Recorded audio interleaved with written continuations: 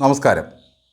യുദ്ധവിരുദ്ധനും സത്യാനന്തര കാലത്തെ സമാധാനത്തിൻ്റെ വെള്ളരിപ്രാവുമായ എം സ്വരാജിന് മുസ്ലിം ലീഗിൻ്റെ നേതാവായ ഷിബു മീരാൻ കൊടുത്ത മറുപടി കേട്ടാൽ പെറ്റതള്ള സഹിക്കുകയില്ല. രാജിന്റെ ഒരു പോസ്റ്റ് എന്താണ്? അതിർത്തിയിലെ പൂരമാണ് നിങ്ങൾക്ക് യുദ്ധം, നിങ്ങൾ യുദ്ധവിരുദ്ധരാവണം. നല്ല മൊഞ്ചുള്ള വർത്താന. ഭീകരവാദത്തിനെതിരെ രാജ്യം ഒരു നിലപാടെടുത്തപ്പോ ആ നിലപാടിന്റെ കൂടെ നമ്മൾ നിന്നു. അപ്പൊ മൂപ്പരൊരു വലിയ ഉപദേശം, അത് ആഘോഷിക്കാൻ കുറെ ചാനലുകാർ എന്താണ്? അതിർത്തിയിലെ പൂരമാണ് നിങ്ങൾക്ക് യുദ്ധം. ആ അതിർത്തിയിൽ താമസിക്കുന്ന മനുഷ്യരെ കുറിച്ച് ഓർക്കൂ. അവരുടെ വീട് നഷ്ടപ്പെട്ടില്ലേ, അവരുടെ കുഞ്ഞുങ്ങൾ മത്സരിച്ചില്ലേ? എന്നിട്ട് സമാധാനത്തിന്റെ വെള്ളരിപ്രാവ് പഠിപ്പിക്കുന്ന ഈ സ്വരാജ് മുതലിനോട് ഞാനൊന്ന് ചോദിക്കട്ടെ. ഷുഐബ് കൊല്ലപ്പെട്ടപ്പോ ഇതേ ഫേസ്ബുക്ക് ബാളിൽ എഴുതി വെച്ചില്ലേ, ഞങ്ങൾ കൊല്ലപ്പെടാതിരുന്നാൽ നിങ്ങളും കൊല്ലപ്പെടില്ല അല്ലേ? അപ്പൊ ഞങ്ങളെ കൊന്നാൽ ഞങ്ങൾ കൊല്ലും. അവിടെ ഷുഹൈബ് കൊല ചെയ്യപ്പെട്ടപ്പോൾ സ്വരാജ് ഫേസ്ബുക്കിൽ കുറിച്ചത് ഇങ്ങനെയായിരുന്നു: ഞങ്ങൾ കൊല്ലപ്പെടാതിരുന്നാൽ നിങ്ങളും കൊല്ലപ്പെടില്ല, അവിടെ സമാധാനം പ്രശ്നമല്ല. എന്തിനേറെ പറയുന്നു, നിങ്ങളുടെ നേതാവ് പോയ വഴിയിൽ മാർഗതടസ്സമുണ്ടാക്കിയതിൻ്റെ പേരിലല്ലേ ഒരു 19കാരനെ 6 മണിക്കൂർ നേരം ആൾക്കൂട്ടം വിചാരണ നടത്തി കൊന്നതെന്നും മീരാൻ ചോദിക്കുന്നു. സമാധാനമെന്ന വാക്കും പറഞ്ഞ് മേലാൽ ഇവിടെ വന്നു പോകരുത് എന്നായിരുന്നു ഷിബു മീരാൻ പ്രസംഗിച്ചത്. സ്വരാജിൻ്റെ അണ്ണാക്കിൽ അടുത്ത കാലത്തൊന്നും ഒരു നേതാവും ഇങ്ങനെ ഉഗ്രസ്ഫോടനം നടത്തിയിട്ടില്ല. കണ്ണൂരെ നേതാവും ചെഞ്ചോര പൂങ്കതിരുമായ പി ജയരാജൻ ഒരിക്കൽ പറഞ്ഞത് പാടത്തു പണി വരമ്പത്ത് കൂലി എന്നായിരുന്നു. എന്നുവെച്ചാൽ കൂലി അപ്പോൾ കൊടുക്കുമെന്ന് സാരം. അപ്പോൾ നിരന്തരം നമ്മളെ കയറി ചൊറിയാൻ വന്ന പാക്കികൾക്ക് ചുട്ടയടി കൊടുക്കണ്ടേ സ്വരാജെ? മൗദൂദി ചാനലിലെ അടുപ്പുകൂട്ടൽ സഖ്യവും ഏതാനും ചില കമ്മികളും മാത്രമാണ് സ്വരാജിനെ ചുമ്മാൻ വന്നത്.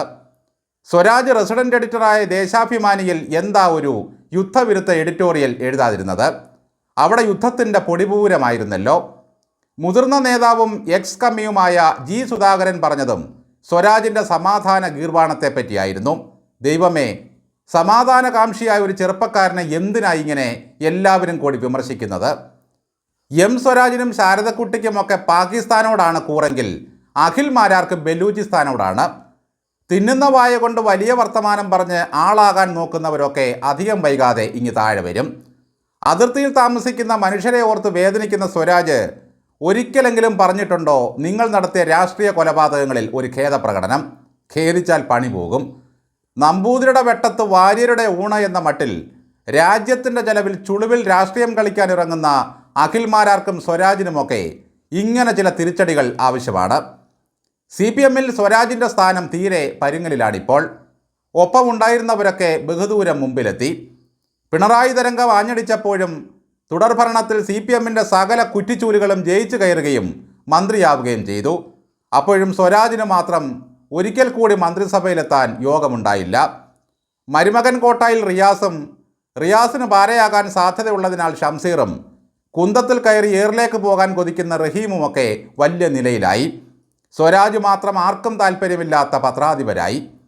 ഒരു തെരഞ്ഞെടുപ്പിൽ 2 തവണ തോൽക്കാനുള്ള യോഗമാണ് സ്വരാജിനെ കാത്തിരുന്നത്. ആദ്യം തൃപ്പൂണിത്തുറയിൽ തോറ്റു, പിന്നാലെ കോടതിയിൽ തോറ്റു. ഈ രാജ്യത്തിൽ സമാധാനത്തോടെ ജീവിക്കുന്ന ഒരു മുസൽമാനും സ്വരാജിൻ്റെ വാക്കുകൾ കേട്ട് കുത്തിത്തിരിപ്പിന് ഇറങ്ങില്ല എന്നത് ഇപ്പോൾ മനസ്സിലായില്ലേ? എന്തായാലും അടുത്ത സെക്രട്ടേറിയറ്റ് യോഗത്തിൽ സ്വരാജ് വെള്ളം കുടിക്കാനുള്ള സകല സാധ്യതകളും തെളിഞ്ഞു കാണുന്നുണ്ട്. ഗോവിന്ദൻ മാഷ് നേരത്തെ വാണിംഗ് നൽകിയതുമാണ്. ഈ കമ്മ്യൂണിസ്റ്റുകാരുടെ മനസ്സ് നമ്മൾ കാണാതെ പോകരുത്.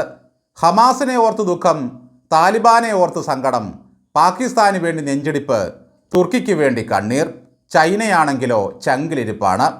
എന്നാൽ സ്വന്തം രാജ്യമെന്ന് കേട്ടാലോ ഛായ്, ലജ്ജാകരം. നന്ദി.